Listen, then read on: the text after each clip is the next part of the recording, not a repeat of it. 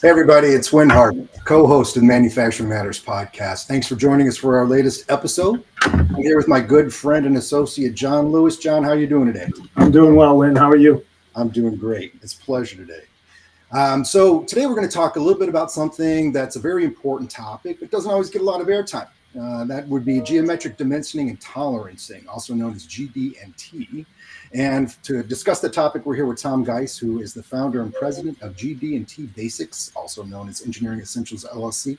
Tom, how are you doing today, sir? Doing great. How are you two doing? Really good. Thanks for taking some time out of your busy day to join us. Not sure when this episode will air, but it's right before Automate when we're doing live today. So forget that on the airing thing. So I really can't believe you carved out some time for us this week. I really, really appreciate that. Yeah, no, this is great. I'm excited. So before we delve into the deep topics related to GD&T, can you tell us a little bit about GD&T Basics, how long you guys have been around, the training service you're providing? Tell us what you're doing. Sure, yeah. GD&T Basics, as a company, we've been around for almost 10 years now. We started in 2015. We are a training and consulting company.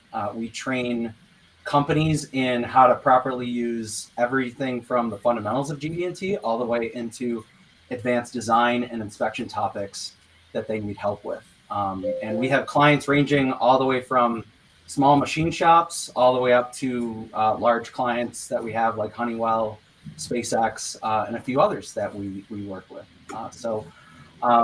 We mainly cover, kind of breaking down how geometric dimensioning and tolerancing works on an engineering drawing, and how that is communicated through the manufacturing process, and especially into the inspection side, where they have to go in and now fulfill those requirements and make sure that they are met.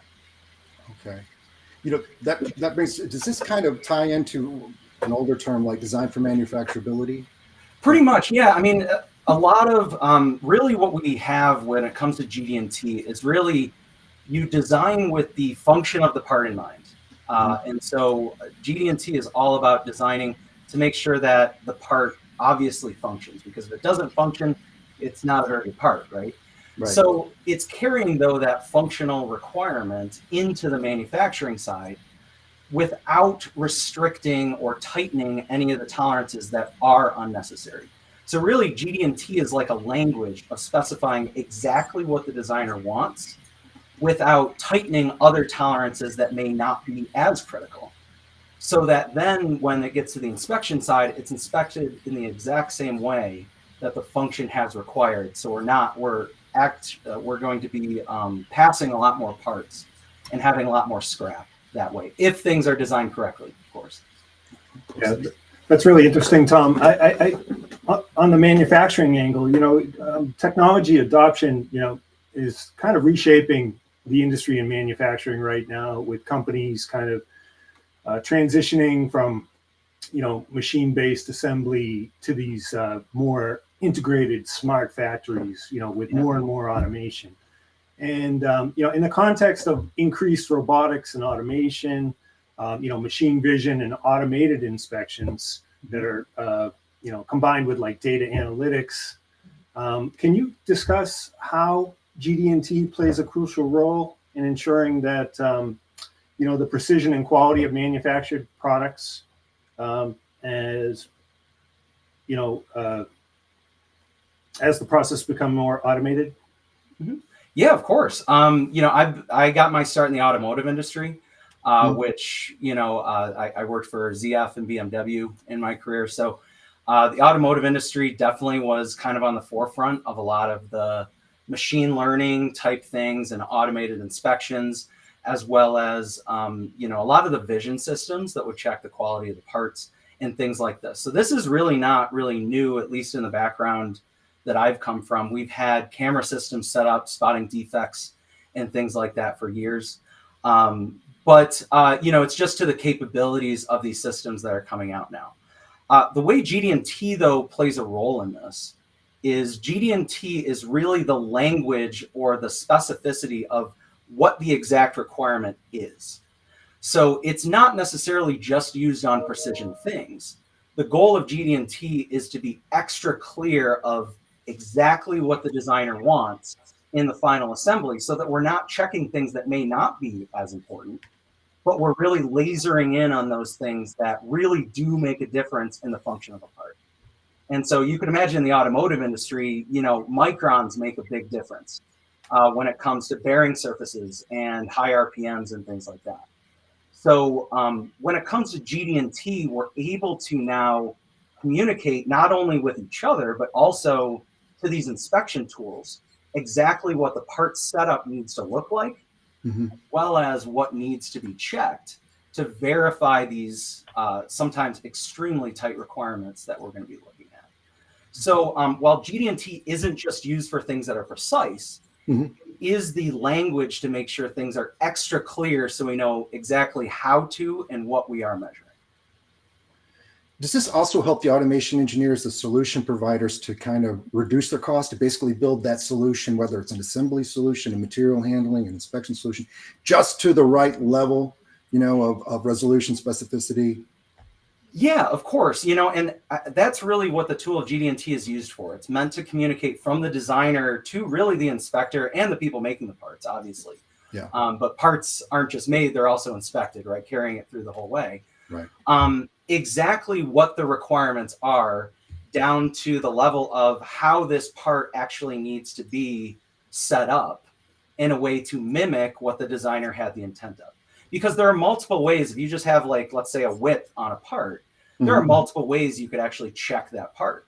And you could get a few different answers, whether you're checking with calipers or whether you're putting up it against a gauge block, whether you're virtually simulating it using a CMM.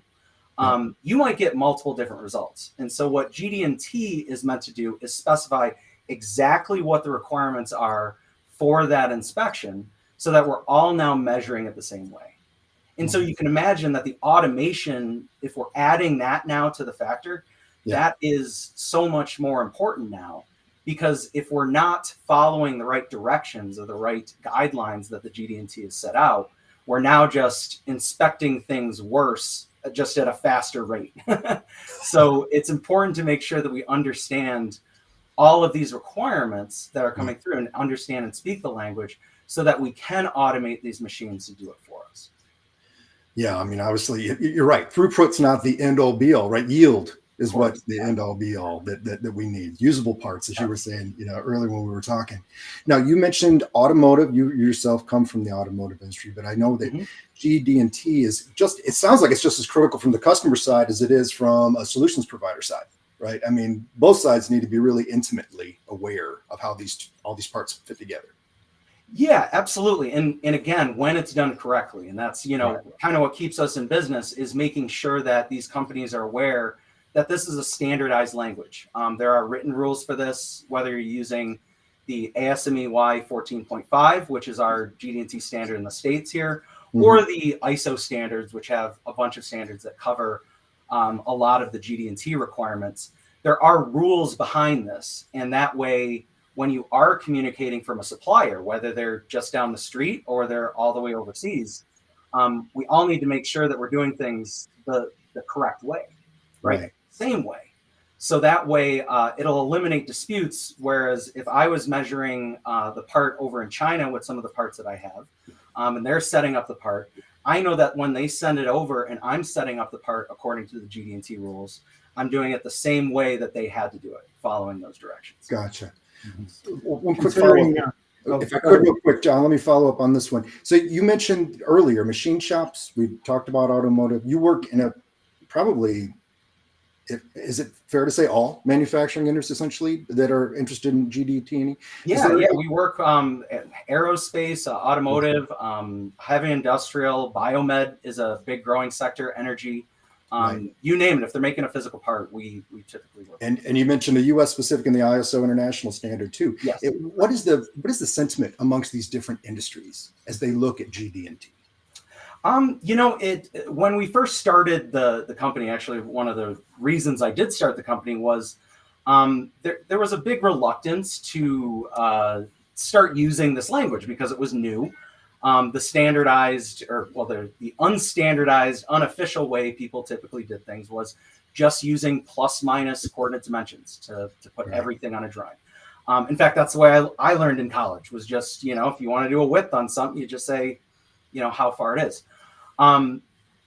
Over the course, though, of probably the past decade that we've been in business, we've seen a big increase in the adoption of using GD&T, where I think it's safe to say now that it is truly the industry standard way of communicating your tolerances on a print. You have to know how to use it if you're going to be functional in the modern manufacturing world. Just because, as you mentioned before, with the automation and coming into things, we have to be extra clear of not just what the requirement is, but also what the rules are, so that we're all following the same thing. We don't have disputes, right? Because disputes cost money, whether it's a good part or a bad part. Just arguing over it can shut a line down for a while, right? Right. I remember at ZF, if we shut the line down, there were some cases where we were going through $20,000 a minute, because if we're arguing over whether one thing was inspected correctly or not. So these decisions have major repercussions, especially in high volume manufacturing, but you can imagine all over when it comes to quality standards that you're dealing with. So I think more and more over the years, the more people started to use it, they really feared it less. It's really not as complicated of a system as people make it out to be. Right.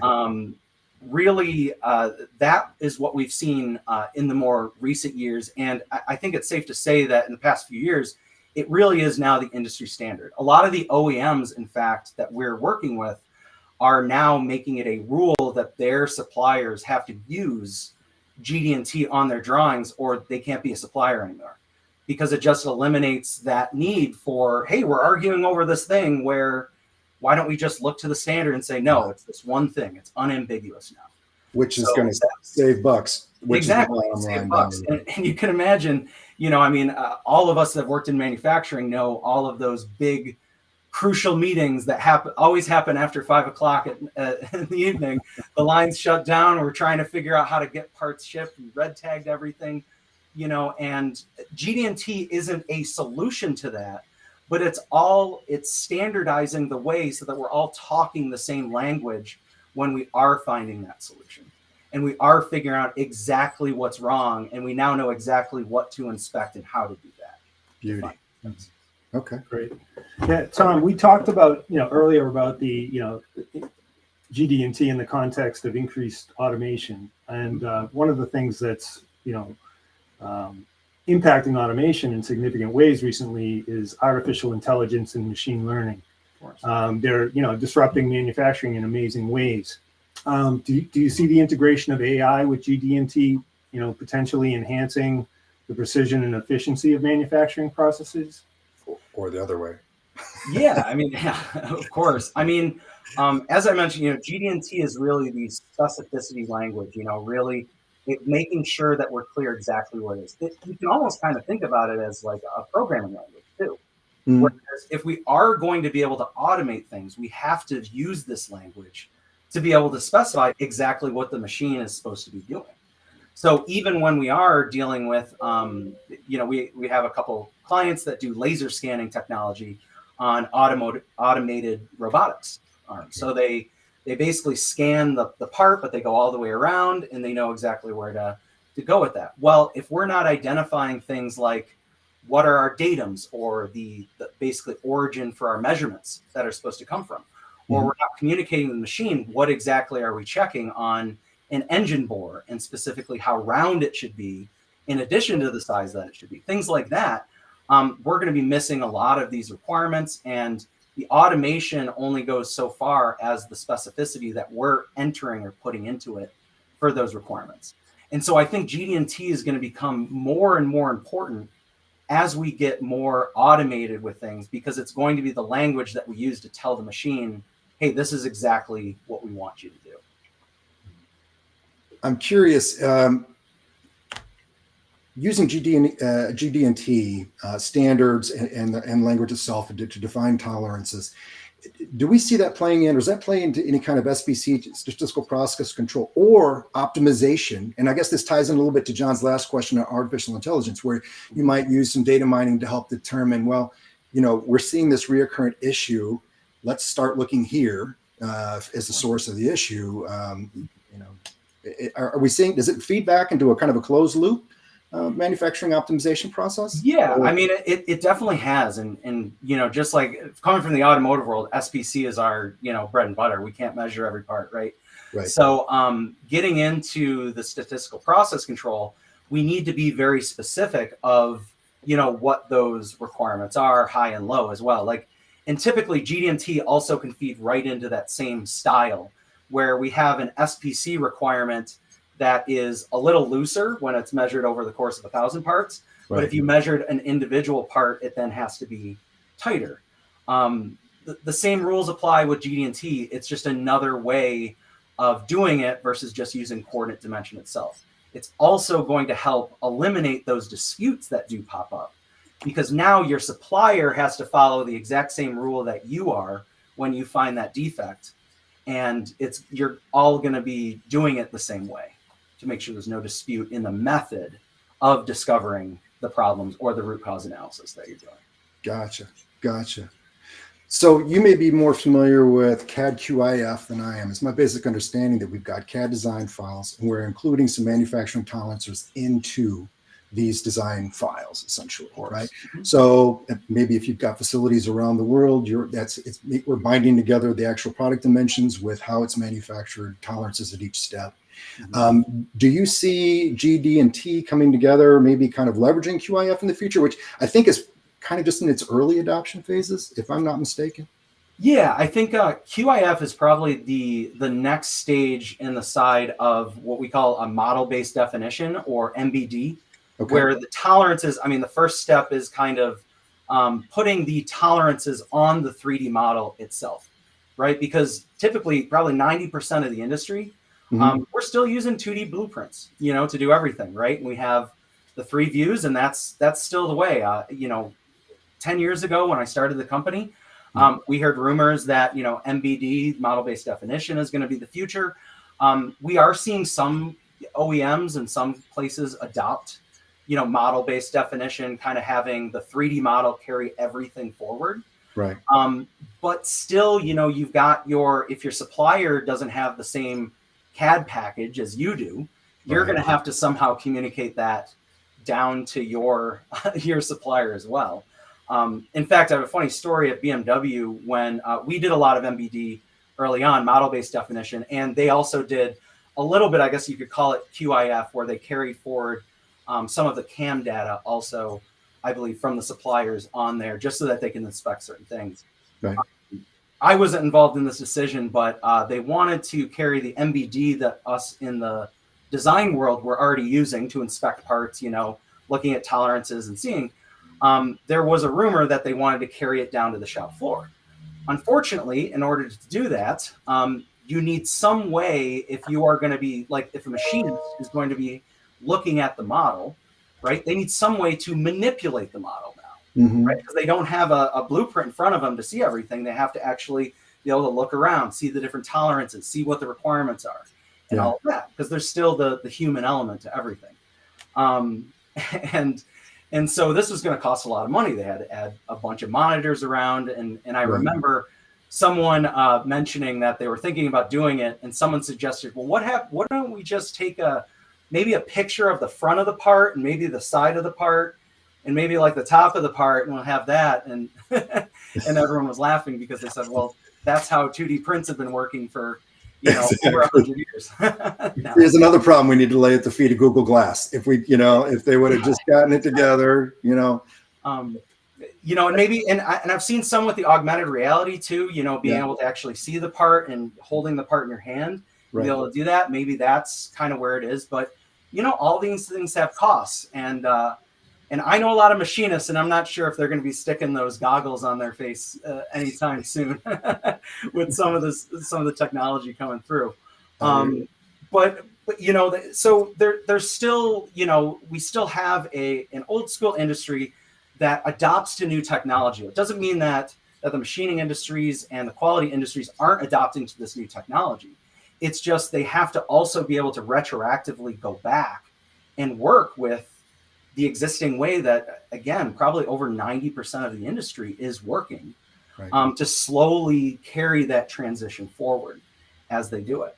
But the good thing is there is some progress. The 2018 version of the recent GD&T standard also outlined with the 2D blueprint version of the GD&T requirements.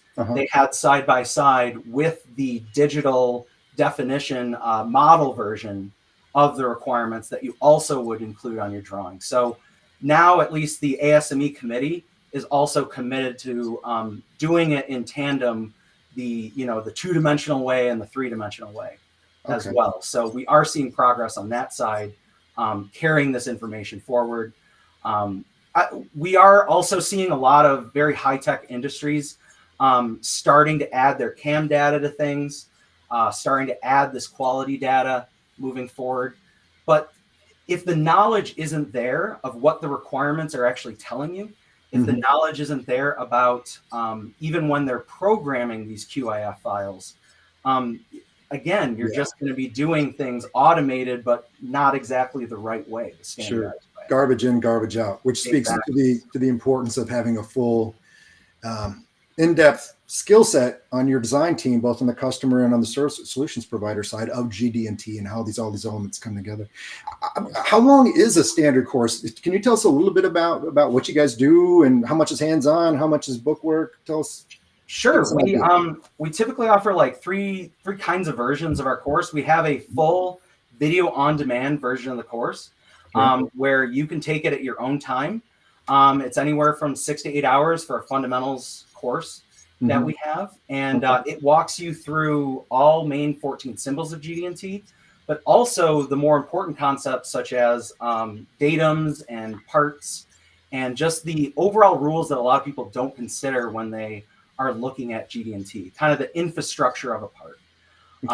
So it's typically about 6 to 8 hours for that course. We also do virtual training over the web, just like this. We do that both. We have public training where we have a bunch of people from all different companies. We also do custom training where we can work with just one company. That way we can open up your drawings. We can actually talk about those and have projects a little bit more privacy when it comes to things. And we still have, our number one thing that we do is our on-site training where we actually go to your facility and do the training with your drawings, with your parts. We love taking little field trips to the quality lab if we can, or the shop floor to actually talk about the real way that these are implemented. Gotcha. So is it fair to say, can you kind of quantify us, the model-based design that we were talking about earlier, how is the adoption going? Where are we at on the adoption curve? The OEMs are obviously going to be guiding it and implementing it first. That's typically what we see, the larger companies, and then they carry it down to the lower levels. I'll tell you what the biggest hurdle, though, at least that we see with the adoption of the model-based definition is it being included as standard in a CAD package. Seems to be the biggest hurdle holding people back, right? If you buy a CAD package, you get the 2D blueprint thing for free, right? It's included. You get the assembly modeling for free. But if you're going to be adding on this model-based definition thing, you're going to have to add it on. And now you're going to have to hope that not only you added it on, but your supplier added it on and your customer has the add-on.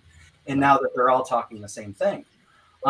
So where something that like an add-on, like a finite element analysis tool is helpful for you to design a part, the model-based definition is how you're actually exporting and communicating that part to everyone else. It doesn't help if you just have it. You need everyone else to have it too. So I think that's where we're seeing a lot of the big hurdles, at least in terms of the adoption, is just making sure everyone has a universal CAD package that can read those, anywhere from MBD to all the way up to those QIF files, to be able to open them up and visualize them and see them. So are SolidWorks and all the rest of the crew, are they offering this as an option? These modules available? Okay. Yes, it is an option. I believe it's an option on all major CAD packages, Inventor, CATIA, all the Pro-E, Creo, all of those. You can have it. It's just making sure that, especially like if you look at automotive, for every, OEM, you have tens of thousands of, tier 1, tier 2, tier 3 suppliers that are all integrating into that final assembly. The OEMs have been probably adopting it for years. It's just as it trickles down into the lower level suppliers, that's where the 2D print, everyone has a printer and can open PDFs, right? And everyone also can open step files, which are, kind of the dumb models, right? Which don't have that tolerance in data. Right. But what we're seeing kind of as the way in between is you open up your step file, which is your model, and now you have your 2D print has all the tolerances. The machinist, that's all they really need to get rolling on that. Maybe cloud-based computing will somehow level the playing field and allow this, every step in the supply chain, the manufacturing chain to actually be part of that collaborative group. Absolutely, yeah. I think that would be a major thing. I know the Fusion 360 side of things, they're doing a lot with the cloud computing. Also, SolidWorks is doing a lot with that, making the universal formats that can be carried forward. And I think that's going to have to be the big change that is done. It's just going to have to be a standard package as opposed to an add-on. Beautiful. Mm-hmm. Yeah, Tom, we've talked a lot about, automation and AI and digitization. I'm wondering, is there anything else that we haven't talked about yet today that you think would be meaningful for our audience? At least when it comes to this geometric dimensioning and tolerance and stuff, it seems pretty advanced for some people sometimes. And it can be when you're first getting into it. Everyone sees, true position, these datums and max material condition, all these symbols on the drawing. And it seems overwhelming at first. And that's honestly why we developed our website, GD&T Basics.com. You spell it GD&T Basics.com. The reason I originally developed it was I became a local GD&T expert at my company I was working at. Mm-hmm. And in order to communicate at least what these things were, there was a little bit of confusion on, certain requirements. So I created specific web pages for all these symbols and things like that, just to kind of help out and use the communication. Instead of emailing them a long explanation, I just emailed them a URL to something I created. Right. And we realized just how many people that was helping. And so even though, yes, we do have paid training and we do paid consulting, 90% of the stuff that we give away is free on our website. We have wall charts that you can download for free just by going to the site. Awesome. It benefits all of my clients if everyone gets better at this. So right. Overall, I want the entire industry to get better at understanding GD&T because it really elevates us in the manufacturing industry if we're all speaking the same language, right? Absolutely. So that's kind of our goal as our company.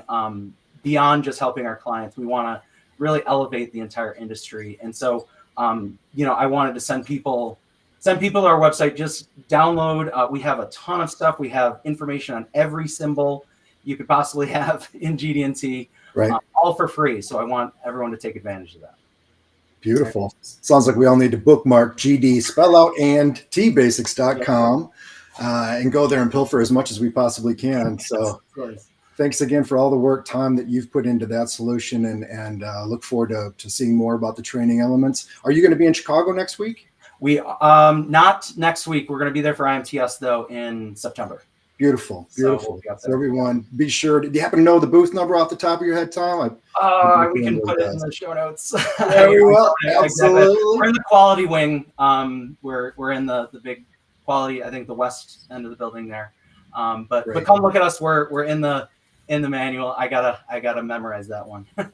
Blame me. I wouldn't. That was not fair. Calling you out like that on the fly like that. But if anybody does have any questions in the meantime, you can always, shoot them here in the message display during this live session, or if you send us a question, we'll make sure it gets to Tom after the show. Of course, you can go straight to his website, I'm sure, and submit any kind of queries you have on their contact page and see what else is on their website. So really, really want to thank you, Tom, for taking a little bit of time out of this super busy week and sharing with us why we should all care just a little bit more about GD&T. Hopefully, I didn't even get to ask you whether this fits into CEU credits or any other qualification, or if I got to think this is going to make you a little more valuable to your organization if you're the one guy or lady who knows these tolerancing issues. I mean, so job security, maybe a little bit of a raise. Absolutely. I don't know if you got any anecdotes you want to share there. But until then, guys, send the questions in. If you want to be in a future episode of Manufacturing Matters, check us out on our old shows. You can do manufacturing-matters.com. You can reach us at Tech BD Marketing or Manufacturing Matters on LinkedIn or anywhere you get your podcasts. We're distributing across all major platforms. Until the next time, just remember that manufacturing continues to matter in this world, and I can't wait to see you next week in Chicago at Automate 2024. Thanks again, Tom. Thanks so much. Hi, Tom.